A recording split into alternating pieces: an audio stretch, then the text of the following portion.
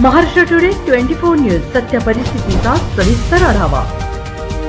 उष्मा लाटेबाबत दक्षता प्रशासनाकडून डू अँड डोंट्स जारी।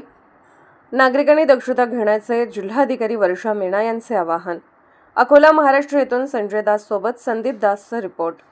उष्मा लाट लक्षात घेता जिल्ह्यात यंत्रणा सुसज्ज ठेवण्यात आली असून आवश्यक खबरदारी घेण्यात येत आहे। नागरिकांसाठी काय करावे काय करू नये याबाबत सूचना जारी करण्यात आली आहे। नागरिकांनीही दक्षता घेण्याचे आवाहन जिल्हाधिकारी वर्षा मीना यांनी आज येथे केले। वर्षा मीना, जिल्हाधिकारी अकोला, सगळे अकोलाचे नागरिकांसोबत आता बोलत आहे। आपल्या जिल्ह्यामध्ये आपल्याला सगळ्यांना माहित आहे की आता ताप मध्ये खूप वाढ झालेली आहे। आपला जिल्ह्याच्या आता ॲव्हरेज तापमान आहे ते 44 आम्ही बघतो। त्याच्यामुळे प्रशासनाने काही दखल घेतली आहे की उष्माघाताबद्दल आपले सगळे नागरिकांमध्ये थोडीशी प्रचार प्रसिद्धी केली पाहिजे। त्याच्यासाठी आपले जो प्रादेशिक मौसम विभाग नागपूरची सूचना आम्हाला दिली जात आहे ते आम्ही त्याची ब्रॉडकास्टिंग करतो। सगळे वर्तमानपत्र आणि सोशल मीडिया प्लॅटफॉर्मवर त्याची माहिती आम्ही टाकतो। तसंही आम्ही जो डू आणि डोंट हा कालावधीमध्ये काय केला पाहिजे आणि काय नाही केला पाहिजे असा SOP आपल्याला भेटलाय। ते SOP ची प्रसार प्रसिद्धी होर्डिंग पॅम्फलेट एक याच्याप्रमाणे आम्ही केलेली आहे। आपले जो PHC आहात तिथे आम्ही ते याची प्रसिद्धी केलेली आहे। तसंही आपला जो हीट स्ट्रोक बद्दल आम्ही आपली जो प्रिलिमिनरी तयारी होती याच्यासाठी आम्ही मीटिंग घेतली आहे। इनफॅक्ट कालच आम्ही सगळे डिपार्टमेंटची कोऑर्डिनेशन मीटिंग ठेवली आहे। त्याच्यात आम्ही नगरपालिकाचे मुख्याधिकारी तसंही महानगरपालिकाचे म्युनिसिपल कमिशनर आरोग्य विभाग सगळ्यांची कोऑर्डिनेशन मीटिंग ठेवली आहे आणि त्यांना आम्ही तालुका स्तरावर टीम्स केलेली आहे। त्याच्यात BDO, तहसीलदार आणि शिक्षण अधिकारी, तालुका हेल्थ ऑफिसर यांची टीम केलेली आहे। यांची संयुक्त जबाबदारी राहणार आहे एक तो प्रचार प्रसिद्धीबद्दल। कारण आम्ही जो उष्माघातचा विषय आहे त्याला तेवढा सिरियसली घेत नाही। आम्ही एवढे जो हाय टेम्परेचर मध्ये पण आम्ही बाहेर जातो तो लहान लहान विषय आहे। याची जरी काळजी घेतली तर आम्ही उष्माघातापासून वाचू शकतो। याच्याबद्दल आपली जो प्रशासनाची तयारी आहे त्याच्याबद्दल थोडंसं सांगते।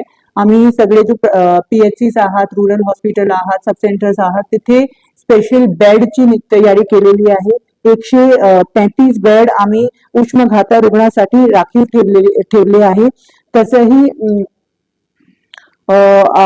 सूचना अशी दिली गेली आहे की जो आपली कोचिंग क्लासेस आहे किंवा जे ठिकाणी खाजगी शाळा आता जे चालू आहे तिथे पण मुलांसाठी व्यवस्थित कूलिंगच्या तयारी आहे किंवा नाही, पाणीची तयारी आहे किंवा नाही। तसंही महानगरपालिकाने शेड्स लावलेले आहे, पिण्याची व्यवस्था, पाण्याची व्यवस्था पब्लिक प्लेसेसवर केलेली आहे, शीत कक्षाची स्थापना केलेली आहे। तसंही आपले जो आरोग्य साठी रुग्णालय आहे तिथे पण IV fluid, ice pack, ORS आणि दुसरे औषध जे उष्माघाता चे जो मरीज असतात त्यांच्यासाठी औषध ठेवली आहे। सांगण्याचा प्रयोजन हा आहे की जेव्हा तुम्हाला असं वाटतंय याची जो सिम्पटम तुम्हाला वाटते ते तुम्हाला रुग्णालय जायचं आहे असं लाईटली नाही घ्यायचं आहे कारण हा खूप सिरियस विषय असू शकते। मौसम विभागाकडून प्राप्त आवश्यक सूचना अशी आहे की आपल्याला 12 ते 4 या कालावधीत उन्हात बाहेर जाणे टाळावे। तसंही तापमान अधिक असल्यास शारीरिक श्रमाची कमी टाळावी।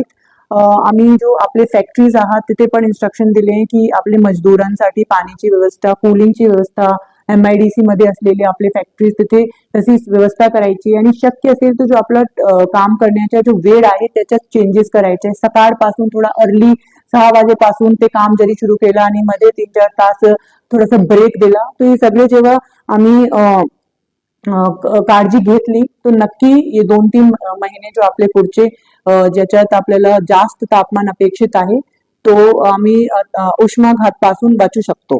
तसंही लहान उन्हात वाहने शक्यतो चालू नये आणि संध्याकाळी जे काम तुमचे आवश्यक काम आहे ते केले पाहिजे।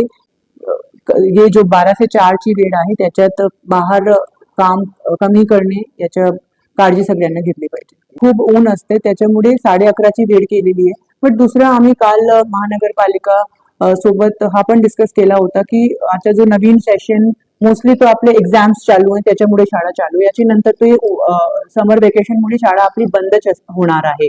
जिल्हा परिषद मध्ये पण एक्झाम एकदा झाले त्याची नंतर बंद होणार आहे. तो एक हार्डली 1 आठवड्याचा विषय आहे. त्याची नंतर समर वेकेशन सुरू होणार. महाराष्ट्र टुडे मराठीसाठी ब्युरो रिपोर्ट संजय दास, अकोला. आजच महाराष्ट्र टुडे 24 न्यूजला सबस्क्राईब करा आणि सत्य परिस्थितीचा सविस्तर आढावा पहा.